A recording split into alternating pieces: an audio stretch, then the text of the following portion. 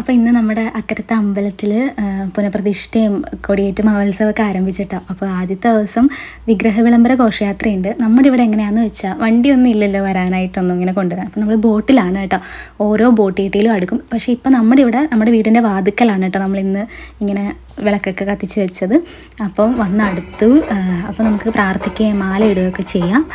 അപ്പോൾ ഞാൻ മാല ഇടാൻ വേണ്ടിയിട്ട് ബോട്ടിൽ കയറാൻ നിൽക്കട്ടെ. അപ്പം ഞങ്ങളെല്ലാവരും നേർച്ചയിടാനും മാലയിടാൻ നിൽക്കുക. അപ്പം അയ്യപ്പ ഭഗവാനും മുരുകനും ഒക്കെയാണ് കേട്ടോ. എൻ്റെ ജീവിതത്തിൽ ആദ്യമായിട്ടാണ് ഞാൻ ഇത്രയും വലിയൊരു അയ്യപ്പ വിഗ്രഹത്തിൻ്റെ അടുത്ത് നിന്ന് മാലയിടുന്നതും. അതിൻ്റെ എനിക്ക് പെട്ടെന്ന് എൻ്റെ 32 കൊല്ലം വെളിയിലുണ്ട് ആ സന്തോഷം.